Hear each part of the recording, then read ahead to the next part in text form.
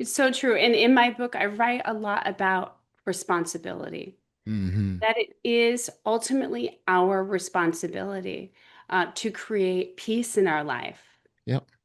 And people just exert exorbitant amounts of energy on trying to get other people, other environments, even technology to create peace for them. It doesn't work.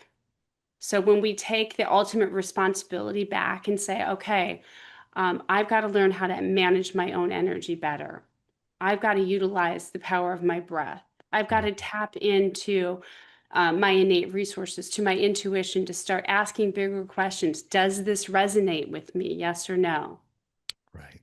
That's when you start to lean more into a more connected and authentic life. Driven by purpose, fueled by passion. My words got power, my thoughts have action. Motivation, stay gracious. That's greatness. Be audacious. Motivation. Be audacious. Innovation. Be audacious. Inspiration. Be bold. Motivation. Be Greetings and salutations. Welcome to the Audacious Living Podcast, where we empower you to live your best audacious life ever. Totally thrilled to have you with us here, and I appreciate you taking time out of your day to join us on this journey of growth, awareness, and transformation. Now, I want you to think of life as a racetrack. Every day, you're behind the wheel, managing your energy, your focus, and your direction. Awareness is your steering wheel, helping you to navigate the turns and stay on course. Mindfulness is your throttle, keeping your speed balanced so you don't burn out before the finish line. And your community, well, they're your pit crew, the ones who refuel you, change your tires when you're running on empty, and remind you that you still got laps left to run. In this episode, we'll explore how mindfulness can help us steer through the chaos, find calm in the fast lane, and reconnect with the power that already lives inside of us. Our guest today is Rachael Schmidt. She's a mindfulness-based self-development coach and educator with over 20 years of experience. Rachel's mission is to help individuals reconnect with their innate wisdom, access their inner resources, and live more authentically. Her insights into awareness and energy management will speak to anyone who wants to navigate life's challenges with more clarity and confidence. So buckle up. We're about to take a powerful ride into mindfulness, awareness, and the art of living audaciously. Enjoy.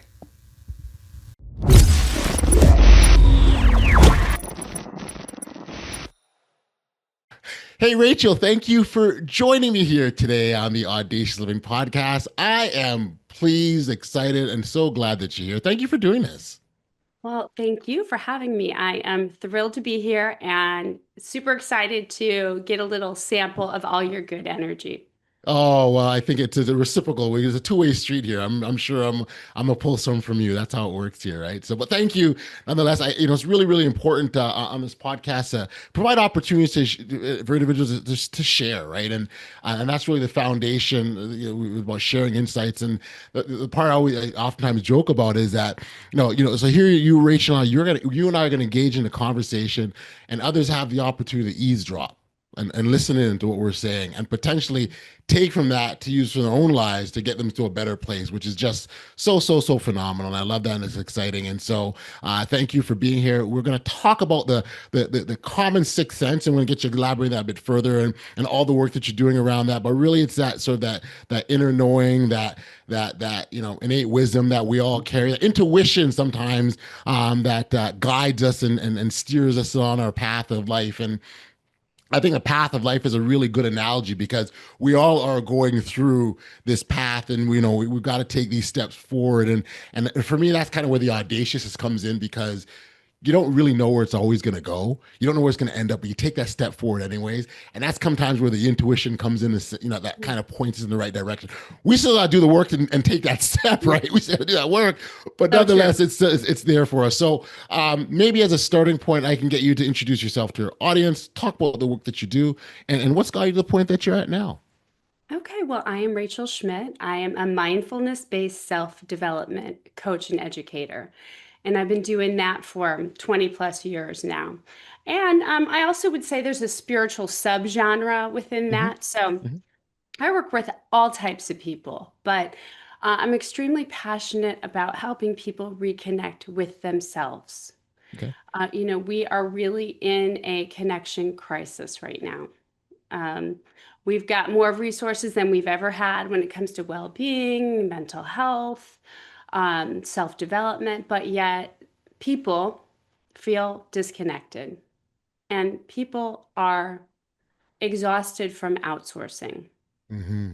Okay, looking everywhere but within for answers. So, with the work that I've done, I have created a resource, a book called Common Sixth Sense, which is about getting back to our innate intuitive abilities, reconnecting with ourselves. It is not something foreign. It is, Right. in fact, a reunion, a much needed reunion. Love So, that word. my job as a coach and educator and author is to help an individual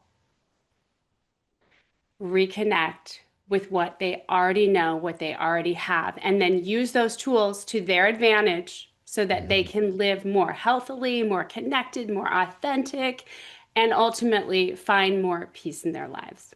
Let's say more audaciously as well. Let's throw that in there too. And audacious, absolutely. I love the word. I love the usage of the word reunion, because that really suggests strongly that it's always been there, and we've sort of wavered off that path. We've got distracted. Maybe different priorities came up, whatever. But it's still there, kind of waiting for us. And I even love the imagery around that. I want to go back and sort of get your thoughts and why do you think, or what's led to this mass disconnection that we're experiencing now? Well, I think there's a lot of factors. I mean, what comes immediately to most people's minds is technology, Hmm. social media, getting us too far removed from ourselves, leading us in directions that aren't authentic, that don't resonate with us. We've have a lot of cultural pressures where people might be influenced by outside voices that they have to be extremely high performers. There's a lot of perfectionism. We have lost communities. We used to have a much greater sense of community than we do now. And we've got, statistically much higher stress, anxiety, depression rates than we've ever Right. had. So when you combine all those things, people, they need a more clear framework. They know innately, yeah, I want to rely on myself more. I want to get back to myself more. But how do I do that? I'm inundated. I have analysis paralysis. So Mhm. these are all these things kind of combined and integrated with one another, keep us too far removed from ourselves. Right. Yeah. Yeah. I'd love if you could define, common sixth sense. Like, how did you, land on that phrase? And I'm curious about the common piece too. Like, I kind of got my sense, but I'd love to hear how that came together for you. Sure. Well, think about common sense, right? Think about what do people do when they use their common sense? They might look both ways before they cross the street. Hmm.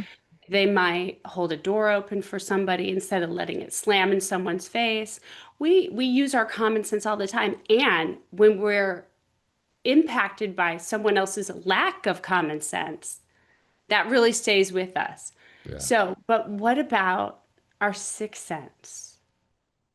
What about our sixth sense? Why is that not common in our lives when it's so accessible? We just haven't been taught how to use it. I mean, you talk about like in your bold framework is, you know, challenging the norm, Hmm. right?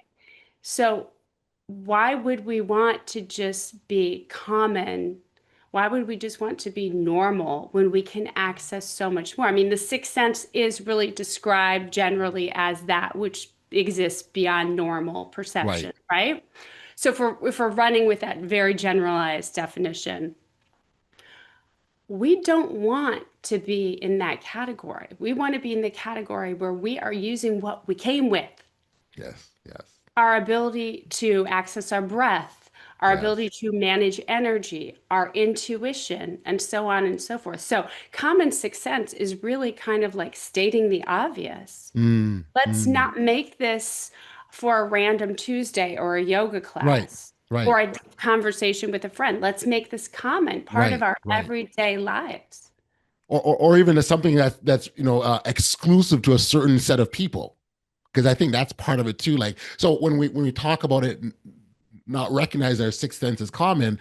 I believe that there's a misconception out there that there's only a special group of people that have this ability or have this sensing inside of them, and that it's not for me because I don't have it. That's not my gift. But we all got that gift, is what you're really saying. Of course. I think the difference between the people who really access it is just their awareness to it and their decision to access it and use it. Intentional, yeah, intentionality. So, yeah, so it's kind of like we just need to be like, reminded, wait a minute. I'm just, I, I've got to open my lens of life to this. In my book, I talk about the lens of life, which is like some people have really wide lenses of life. They have an awareness about them and about other people. And some people have extremely narrow lenses of life, and we know how difficult those people can be. But Mm-hmm. it's awareness that widens our lens. Mm. You Awareness can is so, become aware yes. every day, anywhere. I share an analogy oftentimes of a living room. And so, and you think of your living room, you've got your couch, you've got your TV, your coffee table, your lamp. And if you walk into that living room and turn off the light, those things aren't there. But if you turn the light back on, you see them. The light didn't put them there. They were always there the entire time. And that light act that switching on that switch acts as that awareness that you're referring to. The people can see, so they don't stub their toe or they know where the remote is to turn the TV on, right? And so that's sort of how I liken it to. Yeah, and it's a great example. I mean, I can say right now to you, how many breaths do you think you take a day? That's a good question. What do you uh, think if you had to guess? well, 20,000. Oh my gosh, it's 20,000. That was a really good guess. That was a really good guess. So, yes, it is roughly 20,000. But so let me ask you this next important question about Okay. awareness. How many of those breaths have you become aware of today? No, no, Okay, I'm just doing it. I'm just doing it, right? Like, right. So take a deep breath right now. there it is. There it is. Well, now I you just need. I just became need to go more back. aware. I want to go back. That 20,000. It was a guess. I just threw that number out there. I'm just saying. I believe you, but you're right. It's Right. roughly Wow. 20,000. Wow. Wow. Most people guess significantly less than that when I ask that question. But Mm. the point is just by pointing something out and Yep. asking you to become aware of it, you now become aware of it. So if I Yes. challenge you and your listeners to say, hey, just 3 times throughout your day, just stop and take a couple breaths and become aware of them. It's it's an epic shift. Right. Something Right. so minute. Okay, great. That's your new baseline. Now imagine where you can go from there. When you Yes. are angry, when you are frustrated, when you are upset, when you are tired, when you're dealing with a difficult boss, just by taking a few deep breaths. Mm. But most people don't do that. Right. Right. Right. Right. And again, uh, that awareness is, yeah, I remember when I was a kid, I used to watch GI Joe, and at the end of every episode they said knowing is half the battle, right? And that's what that awareness is, right? Like knowing that now that I know, it's now what, right? And you can you can be more intentional. It's not an accidental thing. It's not something that happens by chance. You can be very conscious about making the choice to tap in to the sixth sense. It's so true. And in my book, I write a lot about responsibility, Hmm. that it is ultimately our responsibility to create peace in our life. Yep. And people just exert exorbitant amounts of energy on trying to get other people, other environments, even technology to create peace for them. It doesn't work. So when we take the ultimate responsibility back and say, okay, I've got to learn how to manage my own energy better. I've got to utilize the power of my breath. I've got Mm, to tap into my innate resources, to my intuition, to start asking bigger questions. Does this resonate with me? Yes or no? right. That's when you start to lean more into a more connected and authentic life, when you take action, because Yeah. awareness is great, Yes. It's only half of it. but it is nothing without action. That's right. That's right. That's right. You can read all the blogs and listen to podcasts and read the books and put them on your shelf, and that's great. They're all there. But what are you doing next? If you're not doing anything with the information that you've obtained, you might as well not even obtain the information because you're not doing nothing with it. Exactly. Yeah, yeah, yeah. I'd love to hear if there's a moment in your life when your sixth sense sort of came in and I don't know, saved the day or made an impact on your life that stands out for you.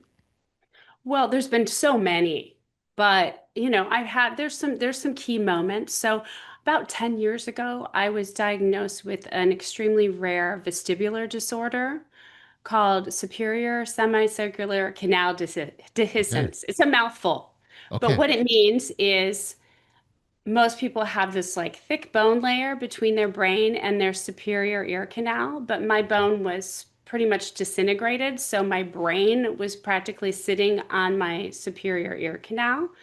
And symptoms for this disorder are pretty insidious. It's like I was dizzy 50 times a day. I had sound induced vertigo. I could hear my own heartbeat every time it would beat. Wow. Um, I went on this incredible journey of 15 doctors across the United States and ultimately ended up with a craniotomy at Okay. UCLA Medical and still deal with this every day. But I would say that I've always been a more conscientious, aware, intuitive person. So when you combine the vestibular disorder with all that awareness, and you can sense everything happening, every sound, motion, you have got to come up with a management system. So Gotcha. I would say that that is one of the many times that I had to significantly lean back into myself. Hmm. Say, okay, mind, body, spirit, heart, we got to figure out a system that works here. And that was one of the big defining moments, I'd say, for the catalyst of developing some of these common sixth sense tools that I share Gotcha. with people. Hmm. How long did you live with it before you knew what it was? Because I would imagine there was a stretch or period of time where you just felt off, you didn't feel great, you felt dizzy. You said you experienced it every day. Maybe people were like, "Are you sure you're okay?" Maybe people were like, that I imagine there's a lot of that before you actually landed on, no, no, no, this is real and this is what it is. Yeah, it's a great question. So it was probably about a year and a half. Oh, And I went down the common path that most people with this disorder go down, where they get misdiagnosed yeah, with all sorts of other vestibular or inner ear type conditions. And then I had the surgery, and the surgery came with a lot of risk, including hearing loss. So at age 41, I was wearing hearing aids, and I still deal with many, many things, challenges every single day.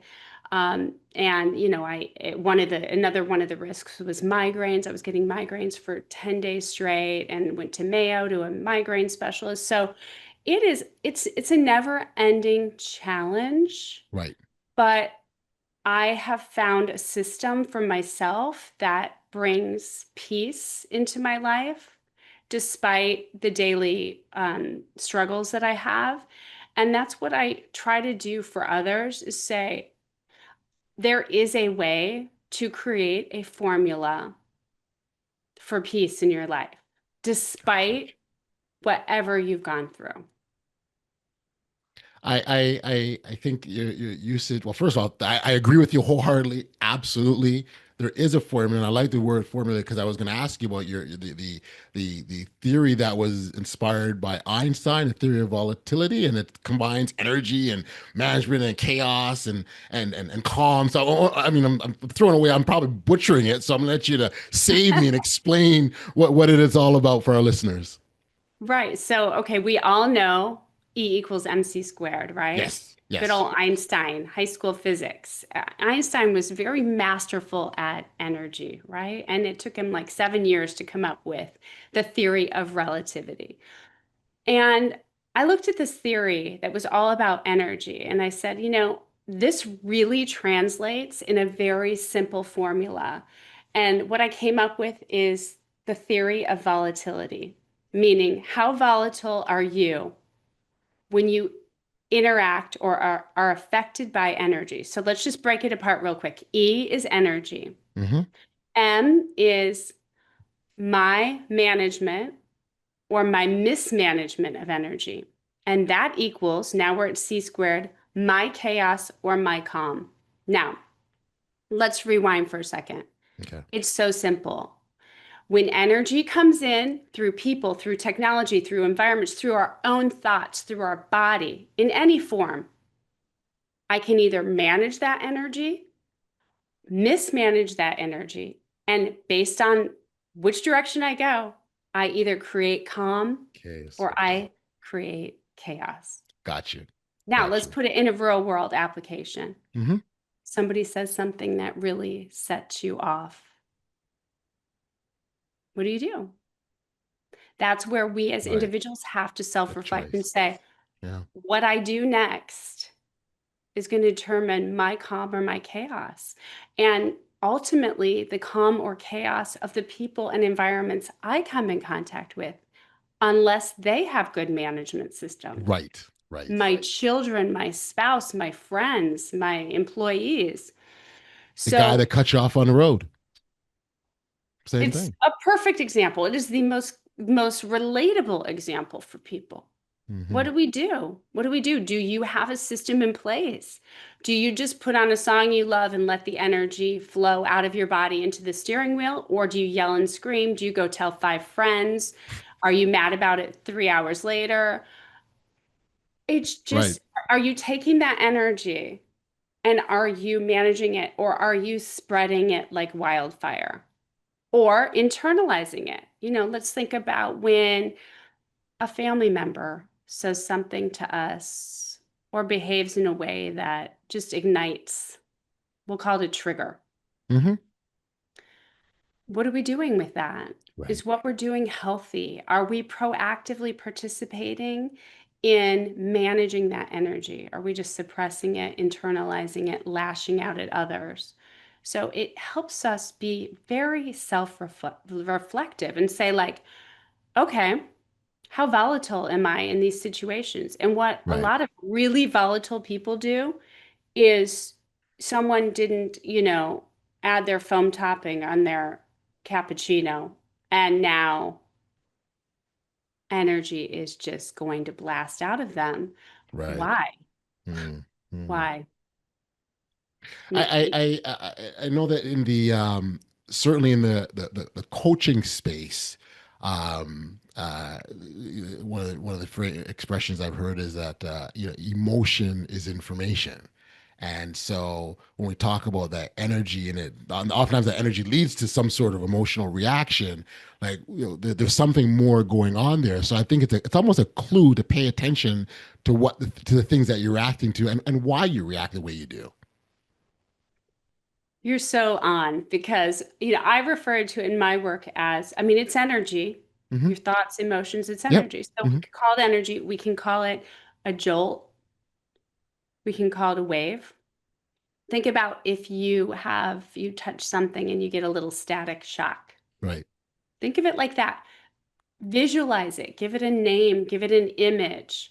I'm a very visual person, so I love to assign imagery to so many things. So here, now you have this energetic surge running through you. Maybe it came from a thought. Yeah. Maybe it looks like a lightning bolt. Whatever it is, make it your own. It's part of your formula. Hmm. Okay, recognizing that alone gives you awareness. Dissecting it a little bit gives you self-awareness. Being a proactive participant helps you take action, the right action, not the Yes. disconnected action. Because if I get that jolt, that zap, that wave, and I go straight to reaction, that is disconnection. But if I get that zap, that jolt, that wave, and I breathe and I feel the return to my body and I have awareness and now I have self-awareness, I determine what connected action comes next. Mm. Yeah.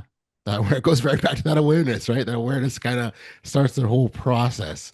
Um, so let's talk about management of energy. So I mean, there's things like meditation. I'm sure breath work are things that people can do to manage that energy. Any other ideas or suggestions of thoughts of what can be done? Well, I always say I call it my jolt to action, which it goes in line with what we were just talking about. But we want to have a system when we interact with energy. Okay, so when we get that jolt, always go to the breath first. Okay.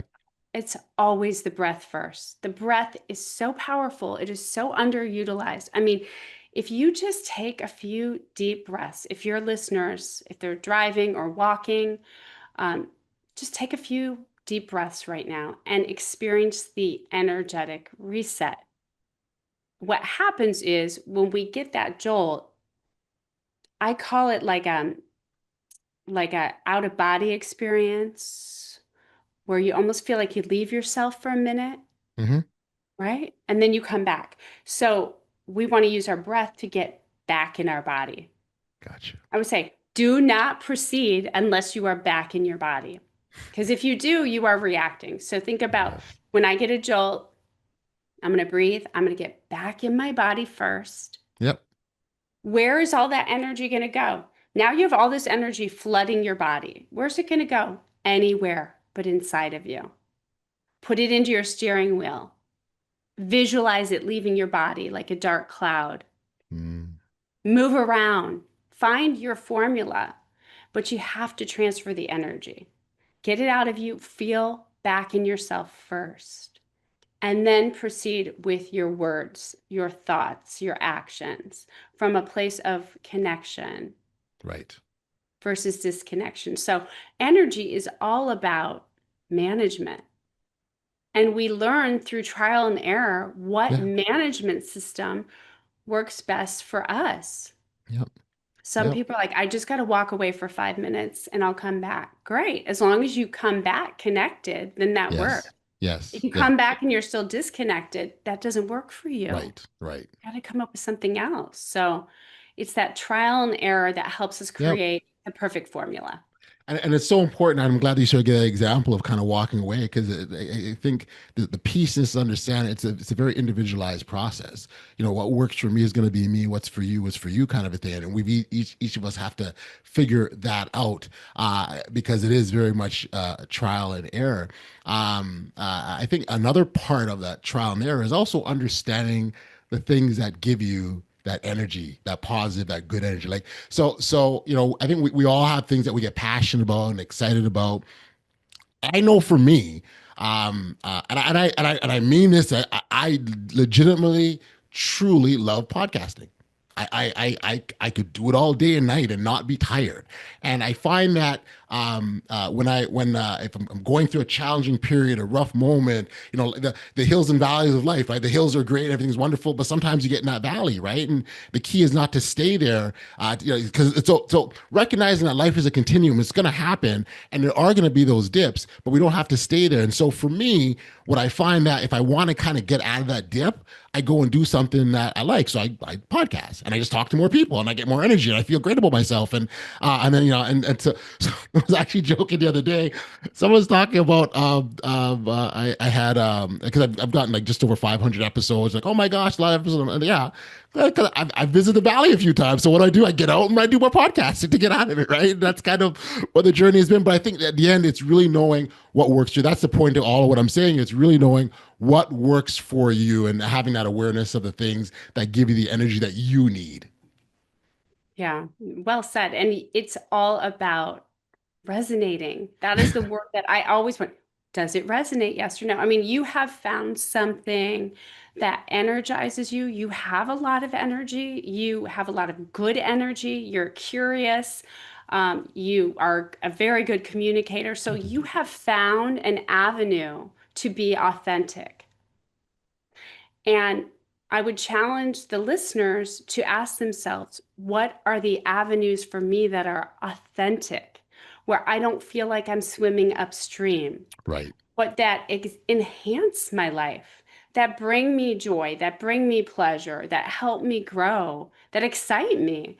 I think that we just collectively spend way too much time doing things that are in what I would call a low vibration state. Mm. Surrounding ourselves with people who are low vibration. You already know that they are low vibration. You innately know. So what are you doing about it? Other than retelling the story. And it's not that compelling of a story, and people don't want to keep hearing it. Action, Yeah. action. And I like to keep it real with people Yeah. because we all need a little swift kick in the butt to say, wait a minute, I'm outsourcing too much. Yep. I'm not taking actions that are in line with my authentic self.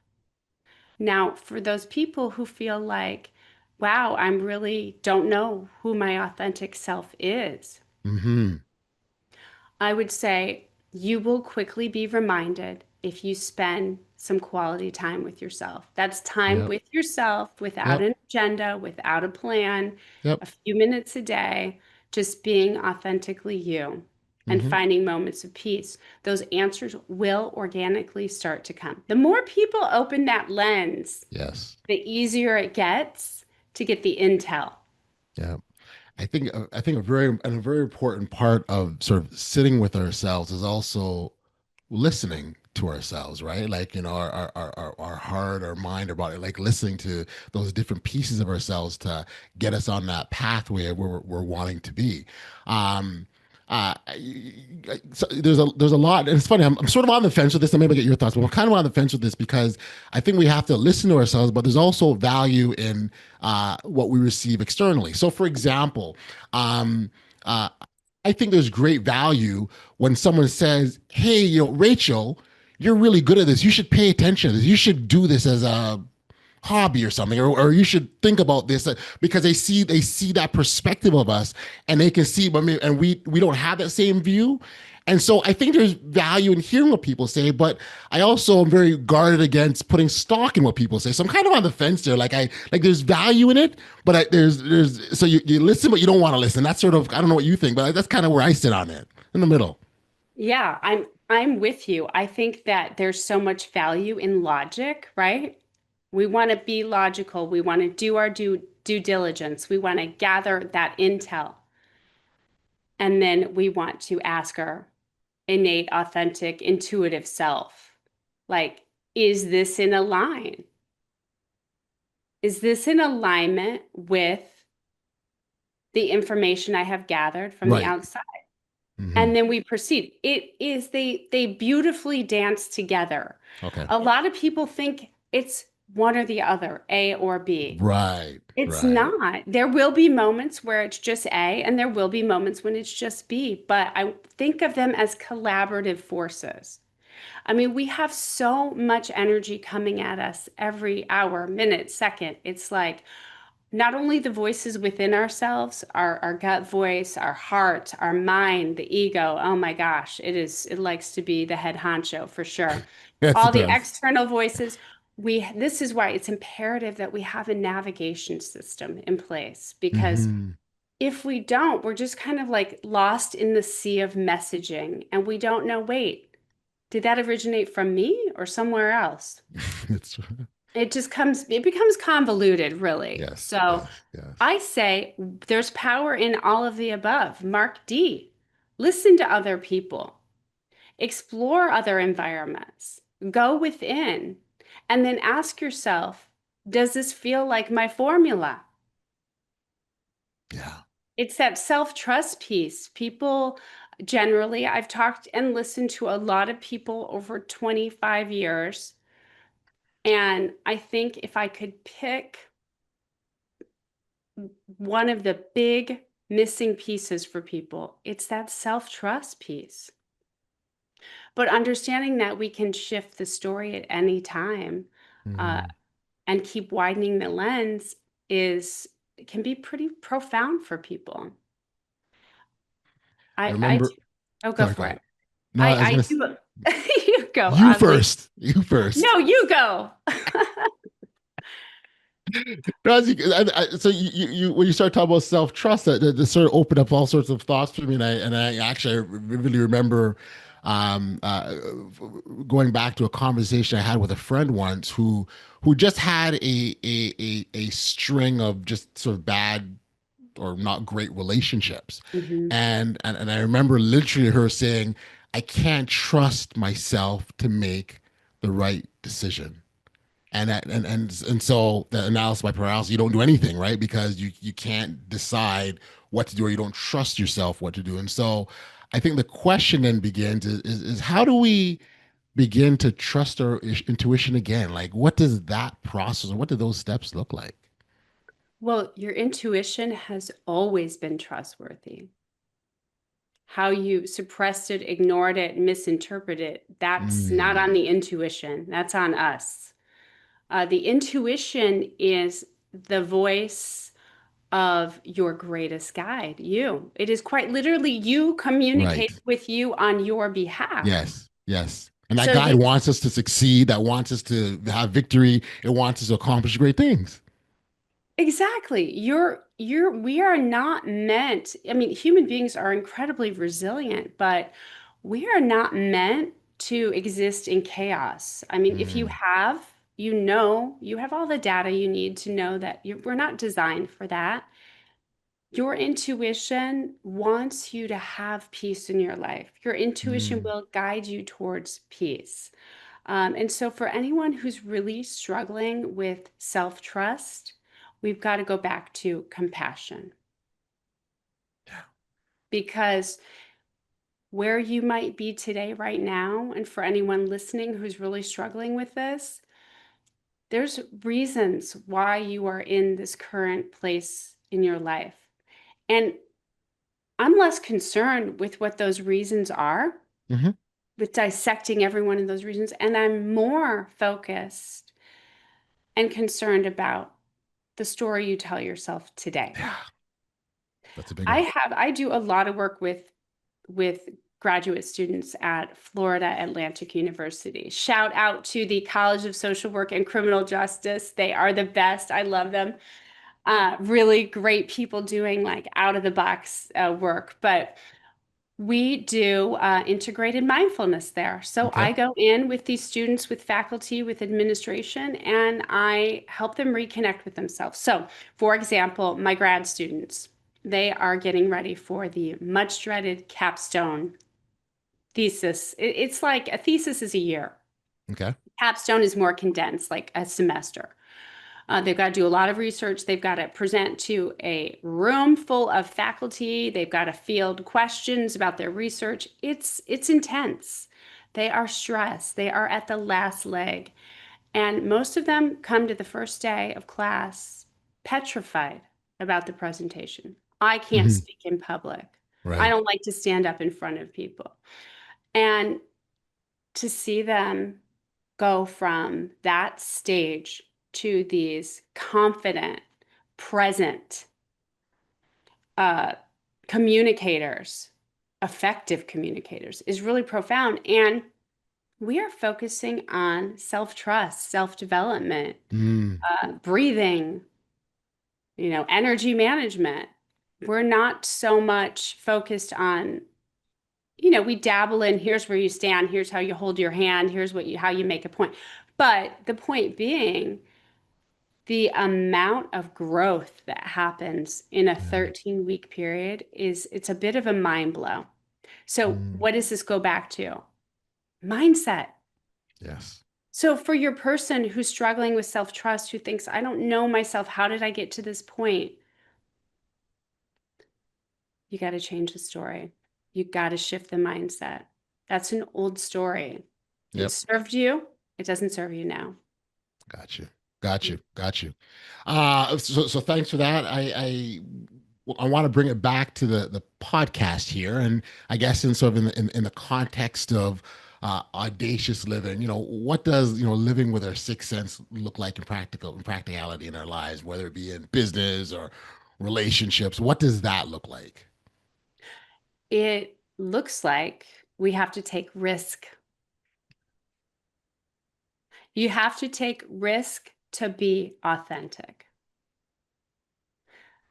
If you find yourself holding back in your relationships, in your friendships, with your self-care, in the work environment, it may be because you're not taking the appropriate risk. Now, I'm all about healthy, appropriate risk. We want to take healthy, appropriate risk. But if we just do the same, and we know that if we could do something different, our life would be more audacious. Our life would be more bold. It would be more in line with who we are and how we arrived. We cannot do that without taking some risk. And when we take risk, we risk the people around us, the environments around us, not being particularly happy about some of the steps we take to be more in line with our authentic self. And it's just the way it is. We have to advocate for ourselves. I mean, we're here Mhm. living, we are all here living, trying to figure out how to navigate this life to the best of our ability. Gotcha. We can't do it alone. We need the support of others. We need the Yep. support of environments. And moving forward, we're going to need some support from technology because things are changing. I But recently, yeah, I yeah, was gonna say, I recently heard someone that, as you talk about support, that everyone, they need three people. They need a cheerleader, they need a strategist, and they need a facilitator, right? So the cheerleader keeps you pumped, keeps you going. That the strategist helps you to figure out the next steps, and the facilitator is actually that doer. Hey, I'll hold your hand, let's do it together, kind of a thing.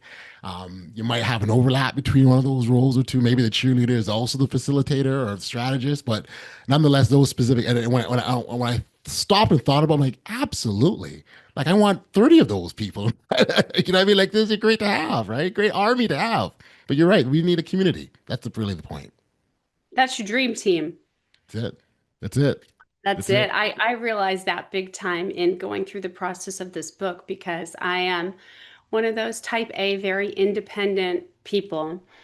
And I had to lean on so many people to go through this progress of putting a book together. And that was such an incredible, unexpected surprise where I felt like it shifted things for me. Like, wow, I actually feel like I can lean into people more now than I've ever been able to in my life. Not because Hmm. of their actions, but just because of the way I was wired, like to be independent, to get it done, to figure it out.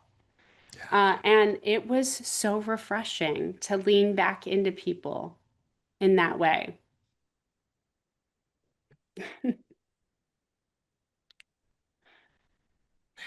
Yeah. Yes. It's you got a ghost in the No office. kidding. It just, yeah, we gotta figure this out. Like I said, Rachel, this has been fantastic, and I so appreciate the insights.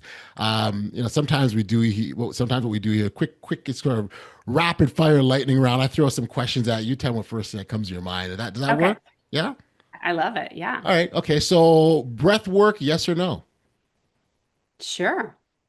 Yeah. Oh, I guess I have to answer yes or no. Yes. What kind? I don't care. Whatever resonates with you. That's it. And so that's an important point because it goes back to what we said earlier. It's individualized, right? What you do works for you. And I'm glad you said that again. So you reinforce that. First word that comes to your mind when you hear intuition. Love. Is there a spot in nature that grounds you? Mm, water. Mm, fa- Ocean. yeah, yeah, yeah. Favorite favorite book that sort of shaped your worldview? Oh, Untethered Soul. Beautiful book. Everyone go read it. One simple practice everyone can do in under a minute. Set an intention. Today I Today I will do what I can to feel better. It's what I do every day. Um, I will do what I can today to help others, to be more healthy. Make it your own, make it your own narrative, but start your day with a beautiful intention about what you want to bring into your life. Love it. I love it. I love it. If you could teach every child one thing, what would it be? To tap into their intuition. I was actually waiting. Well, why are you stalling? What's going on? Yeah. Well, I had so many things. I was like, what's energy? Like, I'm starting to think about what could be the most valuable, but it's self-trust. Yes. Self-trust. Yeah. How do you recharge when you're emptied?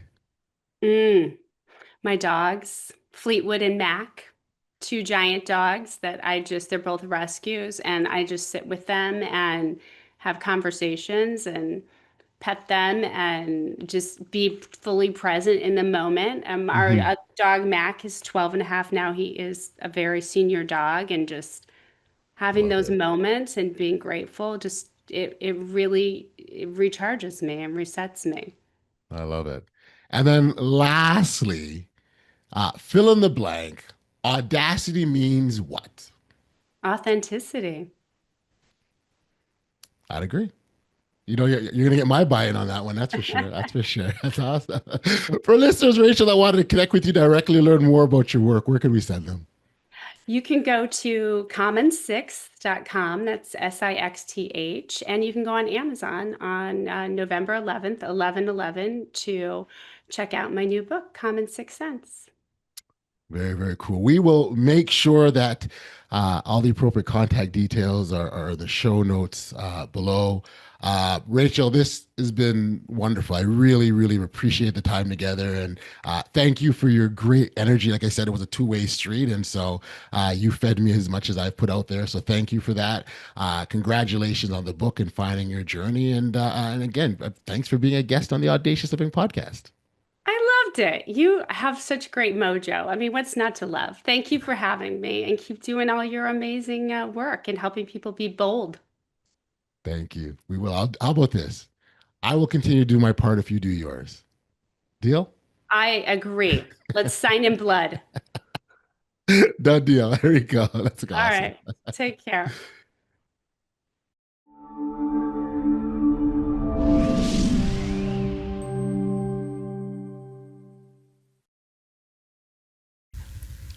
Back we are here on the podcast. What an incredible ride that was with Rachael. One of the key takeaways that really stood out to me was the importance of self-trust, knowing when to hit the gas, when to ease off, and when to simply enjoy the ride. Rachael reminded us that our intuition is always there, like an inner GPS guiding us toward where we need to be if we're willing to listen. And that so is key, being willing to listen. What really resonated with me was her point around community. Just like every great racer has a pit crew, we need people around us to keep us tuned up, motivated, and focused. And, we don't get around the track by ourselves, and that's what makes the journey so meaningful. If you'd like to connect with Rachael directly, learn more about her work, certainly check out the resources, show notes for more resources about her and her book.